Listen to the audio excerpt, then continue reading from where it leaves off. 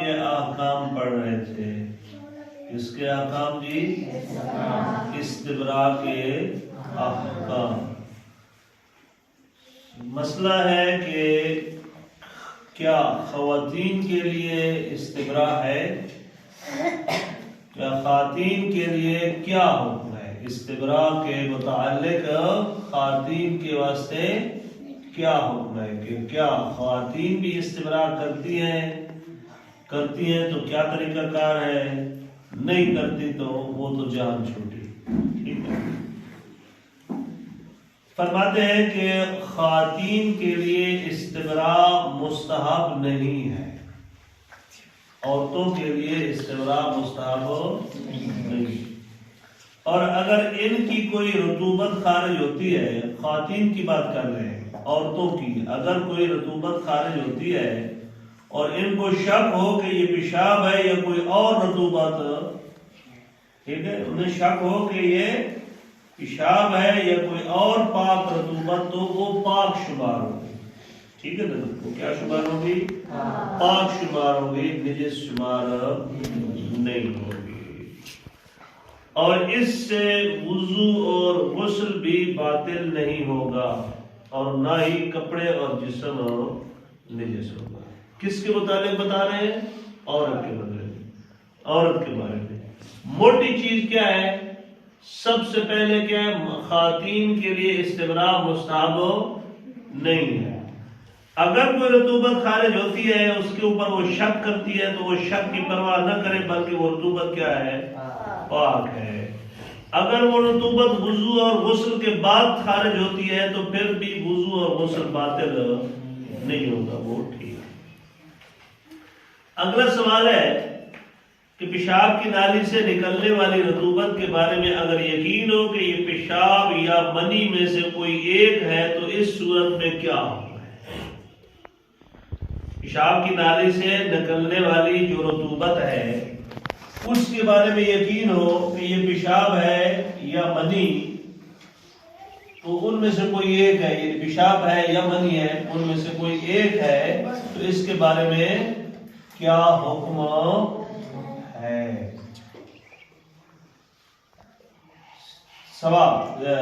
جواب: اگر خارج ہونے والی رطوبت کے بارے میں یہ یقین ہو یا تو یہ رطوبت پیشاب ہے یا منی ہے تو پھر کیا کریں گے؟ یعنی خارج ہونے والی رطوبت کے بارے میں یقین ہے یا تو یہ کیا ہے؟ پیشاب ہے یا منی ہے، تو اس کے بارے میں پھر آگے بتاتے ہیں کہ دو صورتیں. پہلی صورت یہ ہے کہ اگر یہ وضو کی حالت میں ہو، یعنی آپ نے وضو کیا ہے، وضو کی حالت میں وضو کرنے کے بعد ہو تو اس پر دوبارہ وضو اور غسل دونوں احتیاط لازم کی بنیاد پر واجب ہوگی. یعنی وضو کیا ہوا ہے، وضو کے بعد جو ہے وہ یقین ہے کہ پیشاب کی نالی سے یا پیشاب ہے یا منی ہے، ان کے بارے میں، دونوں کے بارے میں یقین ہے، تو وضو کی حالت میں اگر تھا تو کیا ہوگا؟ وضو بھی دوبارہ کرنا پڑے گا اور غسل بھی دوبارہ کرنا واجب ہو جائے گا. دوسری صورت، اور اگر اس نے وضو نہیں کیا ہوا تھا پہلے ہی، یعنی وہ رطوبت خارج ہونے سے پہلے ہی وضو اس نے نہیں کیا ہوا تھا، تو کیا ہوگا پھر اس کے اوپر؟ تو اس پر فقط وضو کرنا واجب ہوگا، غسل کرنا واجب نہیں ہوگا. سمجھ رہے بات کو؟ لیکن ان دونوں صورتوں میں کون سی دونوں صورتیں؟ یعنی اگر وضو کی حالت میں ہو یا وضو نہیں کیا ہوا تھا، ان دونوں حالتوں میں اس کا جسم اور کپڑے نجس ہوں گے اور ان کو پاک کرنا ضروری ہوگا. ایک مرتبہ یہ ہوتا ہے نا کہ انسان جو ہے وہ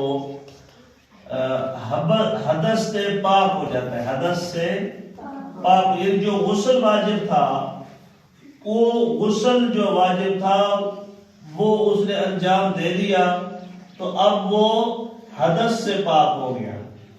غسل کرنے کے بعد، غسل مکمل ہونے کے بعد اب اس نے چھوٹا پیشاب کر دیا ہے، یا ریح خارج ہو گئی ہے تو کیا وہ غسل باطل ہو جائے گا؟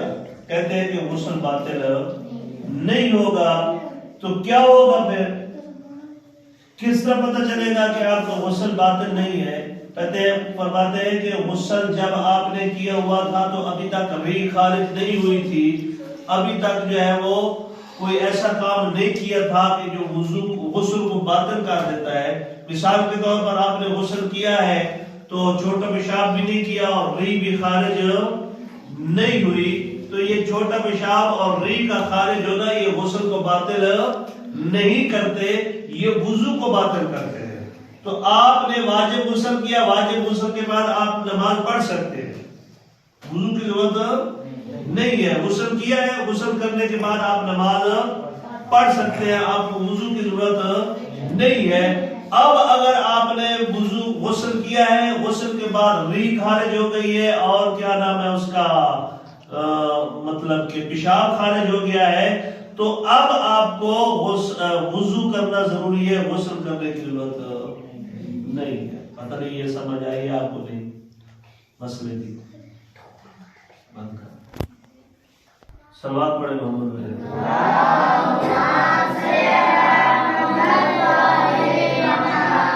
انسان کے اوپر واجب ہو جاتا ہے مثال کے طور پر غسل جنابت. کیا؟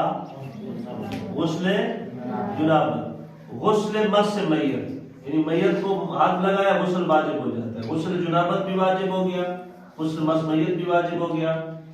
ٹھیک ہے. اچھا، اس کے بعد کوئی منت مانی ہوئی ہے کہ میں غسل کروں گا، تو منت پوری ہو گئی ہے تو غسل کیا ہے. یہ تین غسل جو میں نے بتایا ہے، یعنی منت پوری ہو گئی ہے، غسل واجب ہے، غسل کر لیا، اس کے بعد نماز پڑھنے کے لیے وضو کی ضرورت نہیں ہے. اچھا، غسل جنابت واجب تھا، وہ آپ نے انجام دے دیا، نماز پڑھنے کے لیے آپ وضو کی ضرورت نہیں ہے آیت اللہ سستانی صاحب کے فتوے کے مطابق. اچھا، اسی طرح آپ نے جو ہے وہ قسم اٹھائی تھی کہ میرا فلاں کام ہو جائے اور اس کے بعد میں کیا کروں گا؟ غسل کروں گا. غسل کر لیا آپ نے، آپ کے اوپر چونکہ واجب ہو گیا تھا، غسل کر لیا، اب وضو کی ضرورت نہیں ہے. تو یہاں اب آپ کو سمجھ آئے گا کہ غسل کر لیا کون سا؟ جنابت کا، وضو کی ضرورت نہیں ہے نماز کے لیے. مس میت کا غسل کر لیا، نماز کے لیے وضو کی ضرورت نہیں ہے. قسم اٹھائی تھی، منت مانی تھی، غسل کر لیا، نماز کے لیے وضو کی ضرورت نہیں ہے. اب آپ نے یہ غسل میت کیا، غسل جنابت کیا یا منت والا غسل کیا، غسل کرنے کے بعد آپ کی ریح خارج ہوئی ہے یا آپ نے چھوٹا پیشاب کیا ہے، تو اب کیا آپ کے لیے غسل واجب ہوگا؟ کہتے ہیں کہ نہیں، فقط آپ نے کیا کرنا ہے؟ وضو کرنا ہے اور نماز پڑھنی. اسی غسل کے ساتھ آپ نماز نہیں پڑھ سکتے. بعض مراجع العلماء کے نزدیک، جس طرح آیت اللہ سستانی صاحب کے نزدیک، آیت اللہ سستانی صاحب کے نزدیک یہ ہے کہ آپ اگر غسل جمعہ کرتے ہیں، جمعہ کے دن کو غسل کرتے ہیں، تو اس وقت اس کے بعد بھی آپ جو ہے وہ وضو نہ کریں، اسی غسل کے ساتھ آپ وہ نماز جمعہ پڑھ سکتے ہیں. اسی طرح عیدین کا غسل کرتے ہیں، ابھی عید آئے گی نا، عید والے دن آپ غسل کرتے ہیں تو اسی غسل سے آپ نماز پڑھ سکتے ہیں.